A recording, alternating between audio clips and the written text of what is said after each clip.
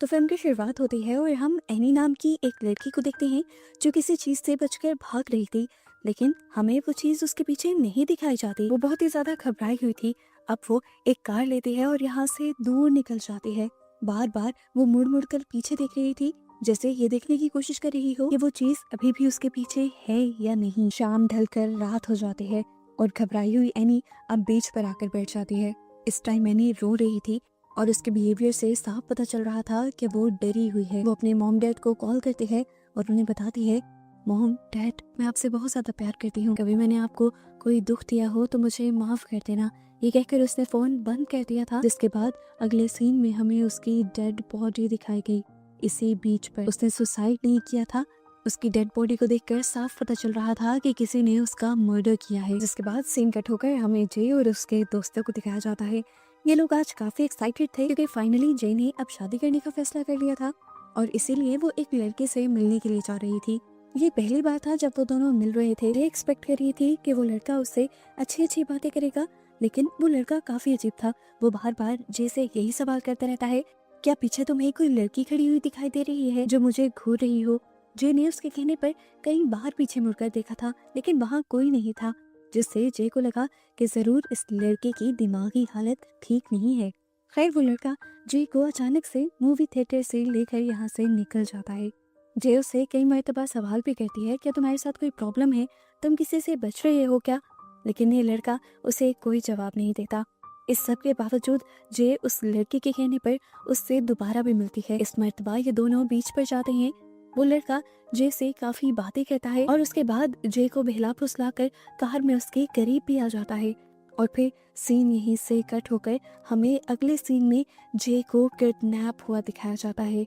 एक सुनसान बिल्डिंग में उसे बांध कर रखा गया था। उसे जब होश आया तो ये देखकर वो परेशान हो गई कि उसे किडनैप करने वाला कोई और नहीं बल्कि वही लड़का था। जे बहुत ज्यादा परेशान हो जाती है और उसे पूछती है, तुम ऐसा क्यों कर रहे हो, क्या तुम मुझे मारना चाहते हो, तुम्हें जितने भी पैसे चाहिए मैं तुम्हें दूंगी, मुझसे ले लेना, लेकिन प्लीज इस टाइम के लिए मुझे छोड़ दो। पर वो लड़का कहता है, मुझे पैसों की जरूरत नहीं है, मैंने तुम्हें किडनैप किया तुम्हें वार्न करने के लिए। अगर मैं तुम्हें सारी सिचुएशन सारी बातें उसे टाइम बता देता तो तुम मेरी बात पर यकीन ना करती। जे पूछती है, ऐसी भी क्या बात है जिसे बताने के लिए तुम्हें मुझे किडनैप करना पड़ा। तो वो लड़का बताता है कि कई दिनों से मुझे एक एंटिटी नजर आ रही है, लगभग तब से जब से मैं एक अनजान लड़की के करीब आया था।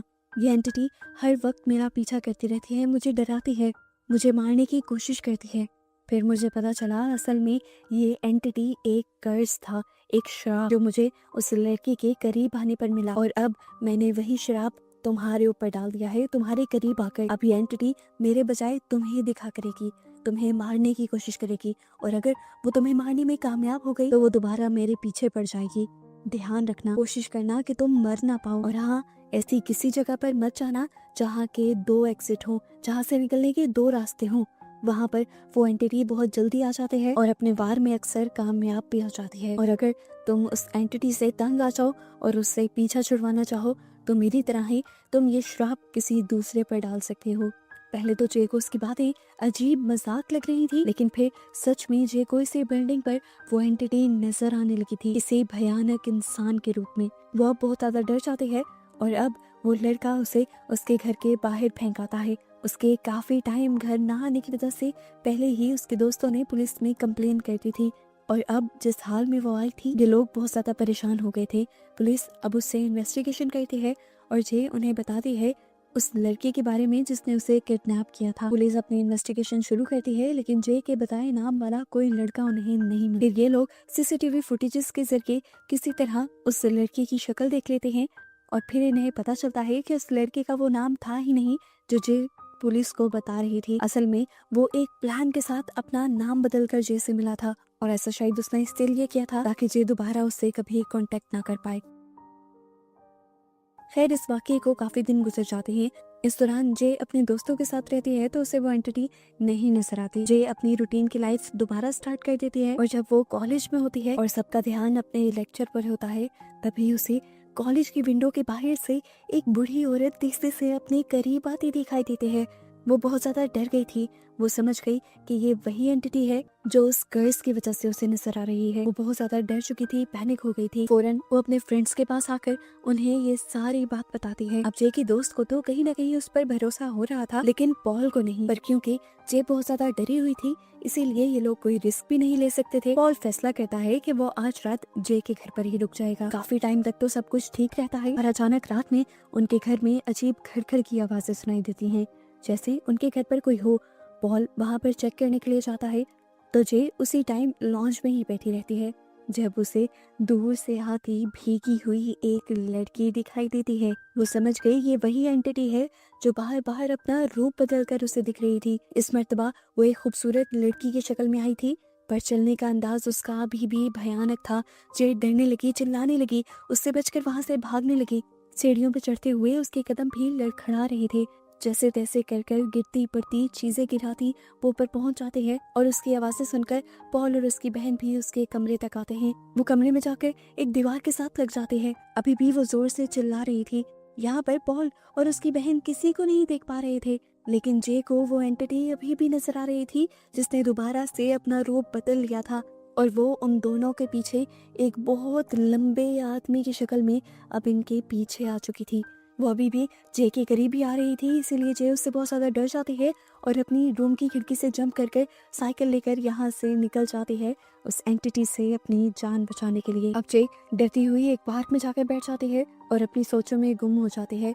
आज उसे रियलाइज हो रहा था कि उस लड़के ने उस दिन जो कुछ भी उससे कहा था वो सब सच था। वो डरी सहमी अभी यहाँ पर बैठी हुई थी कि अचानक उसे अपने पीछे किसी की आहट महसूस हुई। डरकर उसने पीछे देखा तो ये उसके दोस्त और उसकी बहन थी। वो उसे यहाँ पर देखने के लिए आए थे। जो जल्दी से उनके करीब चली जाती है और उन्हें सारी बात बताने की कोशिश करती है। पहले पॉल को और उसके दोस्तों को उसकी जिन बातों पर यकीन नहीं आ रहा था, अब उसकी हालत देखकर वो उस पर यकीन करने पर मजबूर हो गए थे। अभी वो ये सब बात ही कर रही थी कि अचानक वो दोबारा से डरने लगी। एकदम से वो स्टैचू बन गई, क्योंकि सामने से अब उसे कोई और आता दिखाई दे रहा था। उसे लगा कि ये अब एक लड़के की शक्ल में वही एंटिटी है, लेकिन अब वो लड़का सबको नजर आ रहा था। इसका मतलब ये वो एंटिटी नहीं थी, असल में ये जे का नेबर था। वो जे का क्लास फेलो भी था, और क्लास में और घर में वो काफी टाइम से जे को इसी तरह पैनिक और डरा सहमा नोटिस कर रहा था। वो इन लोगों से इनकी प्रॉब्लम पूछता है और कहता है, क्या मैं आप लोगों की कोई मदद कर सकता हूँ। जे और उसके दोस्त इस लड़की को सब कुछ बता देते हैं, तो वो लड़का इन्हें कहता है, इस प्रॉब्लम से निकलने के लिए हमें उसी लड़के के घर जाना होगा जिस लड़की की वजह से ये प्रॉब्लम स्टार्ट हुई थी। उसकी बात मानते हुए ये लोग उस लड़के के घर तो चले जाते हैं, पर पता चलता है कि वो लड़का तो कब से ये घर खाली कर जा चुका है। ये लोग अब उसके घर की तलाशी लेते हैं, जहाँ पर उन्हें उस लड़के की बस एक तस्वीर मिलती है, जिससे उन्हें उसके स्कूल का पता चल जाता है। अब ये लोग उसके स्कूल जाते हैं और उस लड़के की इंफॉर्मेशन निकाल लेते हैं और फिर उस तक पहुंच भी जाते हैं। ये लोग असल में उस एंटिटी और कर्स के बारे में सब कुछ जानना चाहते थे। वो लड़का अब इनके साथ बैठता है, कोऑपरेट करता है और इन्हें बताता है कि ये सब उसके साथ तब शुरू हुआ था जब वो एक लड़की से मिला था। वो काफी टाइम तक इस एंटिटी के डर में रहा, जिसकी वजह से उसके दिन रात का सुकून चला गया, उसकी लाइफ खराब हो गई, उसकी जॉब चली गई। पहले तो उसने भी यही फैसला किया था कि वो अपनी वजह से किसी को नुकसान नहीं पहुंचाएगा, ये कर्ज किसी दूसरे पर नहीं डालेगा। लेकिन फिर एक दिन वो इतना मजबूर हो गया कि उसे वो सब करना पड़ा। फिर ही वो प्लान बनाते हुए जे से मिला था। अब वो इन लोगों को बताता है कि अगर जे भी इस सारी चीज से छुटकारा पाना चाहते हैं तो उसे भी किसी के करीब जाना होगा। अब इन्हें कुछ समझ नहीं आता कि इन्हें क्या करना चाहिए। ये लोग अब चुपचाप अपने घर वापस आ जाते हैं। जे का मूड ठीक करने के लिए ये लोग उसे एक बीच पर ले आते हैं और साथ में यहाँ बैठकर ये फैसला करते हैं कि वो पुलिस या किसी शेमन को इन्वॉल्व करके इस सब का सोल्यूशन ढूंढेंगे। वो सब लोग अभी बात ही कर रहे थे कि अचानक वहाँ पर जे को दोबारा से वो एंटिटी नजर आने लगती है जो इस वक्त एक खूबसूरत लड़की की शक्ल में थी। इससे पहले कि जे यहाँ पर कुछ कर पाती, वो लड़की उसे बालों से पकड़ लेती है। उसके ऊपर की तरफ खिंचे हुए बाल जे के सारे दोस्त भी नोटिस कर पाते हैं। पॉल फील करता है कि अगर उस लड़की का या उस एंटिटी का हाथ इतना ऊपर है तो वो वहीं करीब ही खड़ी होगी। हालांकि वो पॉल को नजर भी नहीं आ रही थी, पर पॉल ने अंदाजे से जे को बचाने के लिए यहाँ पर एक चेयर उठाकर उस एंटिटी के ऊपर वार किया, जिससे उस एंटिटी को इतना गुस्सा आया कि उसने पॉल को उठाकर वहीं दूर पानी में फेंक दिया। ये सब लोग अब घबरा चुके थे। पॉल को फेंकने की वजह से उसने कुछ देर के लिए जे को भी छोड़ दिया था। अब ये सब अपने आप को बचाने के लिए यहाँ से भागते हुए एक रूम के अंदर चले जाते हैं और अपने आप को लॉक कर लेते हैं। लेकिन कोई इस रूम का दरवाज़ा तोड़ने लगता है। नीचे देखने को मिला ये उनका नेबर था जो इन्हें कह रहा था बाहर तो कोई भी नहीं।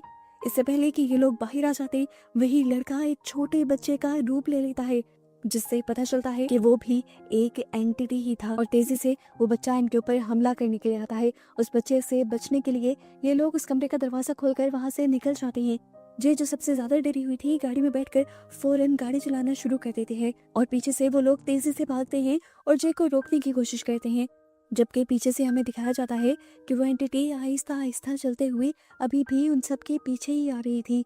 यहाँ हमें मालूम होता है कि इस एंटिटी की एक कमजोरी है, वो तेज नहीं चल सकती, इसीलिए वो हमेशा अपने शिकार के पास देर से पहुंचते हैं। इधर जे के दोस्त भी जे को रोकने की कोशिश करते हैं, पर जे की दिमागी हालत ऐसी थी कि वो किसी को सुन नहीं पा रही थी। इसी सब की वजह से उसका ध्यान ड्राइविंग से भी हट जाता है। उसकी गाड़ी एक दूसरी गाड़ी से टकराने ही वाली होती है, पर वो उसे बचाने के लिए अपनी गाड़ी को मोड़ देती है और उसकी गाड़ी का फील्ड्स में क्रैश होकर एक्सीडेंट हो जाता है। जिसके बाद हमें जे को हॉस्पिटल में एडमिट दिखाया जाता है। हॉस्पिटल में जे अभी भी बहुत ज्यादा परेशान थी।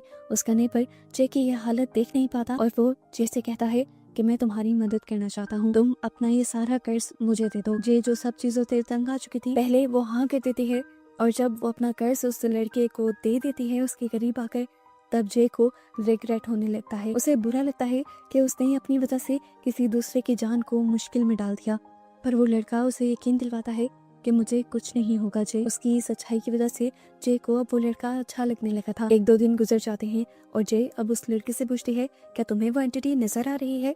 तब वो लड़का कहता है नहीं, मुझे अभी तक वो एंटिटी नहीं नजर आई। खैर जे का ट्रीटमेंट भी पूरा हो जाता है और वो अपने घर वापस आ जाते हैं। एक दिन वो विंडो में बैठी हुई अपने नेबर के घर को देख ही रही थी और उन सारी चीजों के बारे में सोच रही थी कि अचानक उसे घर के बाहर कोई अजीब सा इंसान चलता हुआ दिखाई दिया। उसने देखा कि ये उसका नेबर ही था, लेकिन उसकी चाल चलन बहुत ज्यादा अजीब थी। वो फौरन समझ गई ये जरूर वही एंटिटी है जो किसी वजह से उसे भी नजर आ रही है। वो एंटिटी अब दरवाजे पर नॉक करना शुरू कर देती है और जे उसे रोकने की कोशिश करती है। जे अपने नेबर को कॉल कर बताना चाहती थी कि तुम उस एंटिटी के लिए दरवाजा मत खोलना, लेकिन इतने में वो एंटिटी उसके घर की विंडो तोड़ते हुए घर के अंदर चली गई। और यहाँ जे का उस लड़के ने फोन भी नहीं उठाया, तो जे अब उस लड़के को बचाने के लिए फौरन उसके घर के पास गई। उसने दरवाजा नॉक किया, लेकिन अभी भी किसी ने दरवाजा नहीं खोला, तो वो भी उसी एंटिटी के तोड़े हुए विंडो से अंदर चली गई। उसने अपने नेबर के रूम के करीब जाकर देखा कि वो एंटिटी अब उसकी मॉम का रूप ले चुकी थी। जे ने उसे कहा खबरदार खबरदार जो तुमने अंदर जाने की कोशिश की।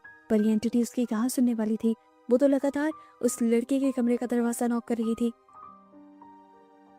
इधर जे अब जोर जोर से चिल्ला भी रही थी, अपने नेबर को बताने की कोशिश भी कर रही थी कि दरवाजा मत खोलना, दरवाजा मत खोलना। पर वो लड़का दरवाजा खोल देता है और एकदम से वो एंटिटी उसके ऊपर हमला कर उसे मार देती है। और जे ये सब कुछ अपनी आंखों से देखकर बुरी तरह टूट जाती है। उसके नेबर की मौत उसकी वजह से हुई थी। उस लड़के ने तो अच्छाई में जे की जान बचाने की कोशिश की और बदले में उसे क्या मिला, मौत। जे इस सदमे से टूट गई थी। वो गाड़ी चलाकर अपने घर से दूर चले जाते हैं। अब उसे डर ये भी लग रहा था कि उसका नेबर तो मर चुका है, तो एंटिटी जरूर दोबारा उसके पीछे पड़ जाएगी। इसी डर में वो पूरी रात अपने घर के बाहर सड़क पर ही सोती है और सुबह होते ही अपनी गाड़ी को बीच पर ले जाती है। वहाँ बीच पर उसे एंजॉय करते हुए 3 लड़के नजर आते हैं। एक मर्तबा को उसे ख्याल आता है कि क्यों ना वो अपना कर्ज इन लड़कों को दे दे, लेकिन फिर उसे समझ आ जाती है कि ऐसा करना जुर्म है। वो अब अपने घर वापस आ गई थी। उसने अपना कमरा लॉक कर लिया था और अब वो कमरा किसी के बुलाने पर भी नहीं खोल रही थी। पॉल जो उसका दोस्त था जबरदस्ती उससे रूम खुलवाता है और उससे बात करने की कोशिश करता है।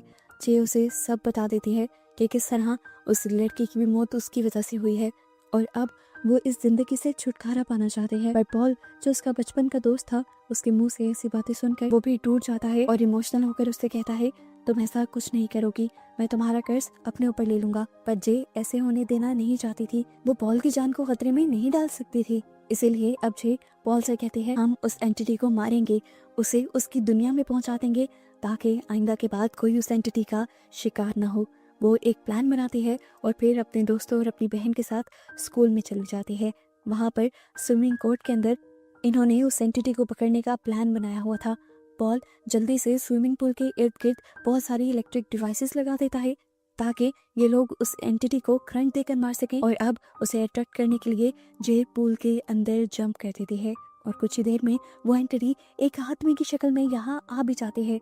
अब क्योंकि वो एक एंटिटी थी तो इनकी बातें सुनना, समझना और इनका दिमाग पढ़ लेना तो उसके लिए एक आम सी बात थी। वो उनका प्लान समझ जाती है और अब उन्हीं की डिवाइसेस पहले उठा उठा कर पानी में फेंकने लगती है। पॉल जब उसे ऐसा करता देखता है तो उस पर गोलियां चलाता है, पर क्योंकि वो एंटिटी दिख नहीं रही थी पॉल को तो बार बार उसका निशाना चूक रहा था। पीछे से जे की बहन को अब एक बहुत अच्छा आइडिया आता है और वो एक चादर को उठाते हुए वहाँ हवा में उड़ती हुई एक डिवाइस के पास फेंक देती है। असल में हवा में डिवाइस इसीलिए उड़ रही थी क्योंकि वो उस एंटिटी ने पकड़ी हुई थी और उस कपड़े के उस एंटिटी पर डलने की वजह से इन्हें वो एंटिटी नजर आने लगी थी। अब की बार पॉल ने निशाना लगाया तो गोली सच में उस एंटिटी को लग गई और वो एंटिटी पानी में गिर गई। लेकिन पता चला कि वो एंटिटी मरी नहीं थी बल्कि वो अब जे के पाँव को पकड़ने लगी थी। जे जो ऊपर आने की कोशिश कर रही थी वो जोर जोर से चिल्लाने लग जाती है और जे को बचाने के लिए पॉल जे के पीछे शूट करने लगता है। आखिर जे का पाँव भी वो एंटिटी छोड़ देती है और जे पानी से बाहर निकल आती है। पूल पूरी तरह लाल हो जाता है और इन्हें लगता है कि फाइनली वो एंटिटी मारी गई। ये लोग वहाँ से वापस आ जाते हैं और हमें कुछ दिन बाद का सीन दिखाया जाता है। उस दिन के बाद से पॉल जे के पास ही रहता है क्योंकि जे बहुत ज़्यादा डर कर रहने लगी है। काफ़ी टाइम हो गया है पॉल को वो एंटिटी नजर नहीं आई क्योंकि पॉल जे के करीब भी चला गया था ताकि अगर वो एंटिटी ना भी मरी हो तो वो जो भी नुकसान पहुंचाए वो पॉल को ही पहुंचाए। पर अभी तक पॉल ठीक था। मूवी के पोस्ट क्रेडिट सीन में हम पॉल और जे को वॉक करते हुए देखते हैं और उनके पीछे एक साया भी देखते हैं। जिस साय को दिखाते हुए यहाँ मूवी के एंड में बहुत सारे सवाल पैदा हो जाते हैं कि क्या वो एंटिटी नहीं मरी थी और क्या अब वो जे और पॉल को नुकसान पहुंचाएगी। इसी सारी मिस्ट्री के साथ ये मूवी यहाँ पर खत्म हो जाती है।